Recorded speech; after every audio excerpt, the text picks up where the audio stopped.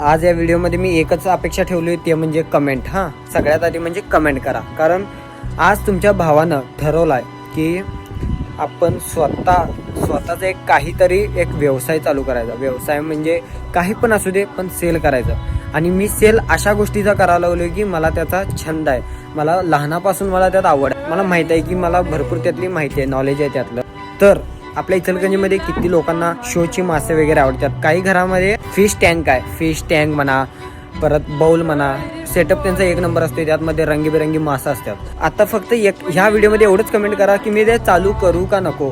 तर मी इथं स्वतःचा मी या ठिकाणी स्वतः इथं एक टँक तयार करणार आहे. सिमेंटचं असं मोठं चौकोन ना, त्यात 2 फूट किंवा 3 फूट एवढं खोलचं टँक तयार करणार. सुरुवात म्हणजे मी मॉली फिश पासून करणार. मॉली फिश हे कसं आहे, गप्पी फिश पण म्हणता येते त्याला आपण.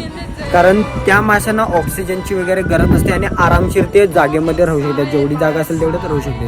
त्या माशांची इथे संख्या वाढवणार आणि व्हिडिओच्या माध्यमातून सेल करणार आहे. आणि जे बाहेर दुकानामध्ये तुम्हाला रेटने मिळते की 50 रुपयाला जोडी किंवा 60 रुपयाला जोडी, तर आपण इथं फक्त 30 ते 40 रुपयाला जोडी इथे विकणार आहे. पहिला सुरुवात आपण मॉली फिश पासून करणार आहे. तर हळूहळू जसं जर आपला सेल वाढायला लागला तर मग हळूहळू आपण इथं माशांची प्रजाती वाढवत जाणार आहे, इम्प्रूव्हमेंट करणार आहे. तर काय विचार आहे हे मला कमेंटमधूनच कळणार आहे. तुम्हाला पण माहितीच आहे. प्रत्येक व्यक्तीची कमेंटची वाट बघायला लागली.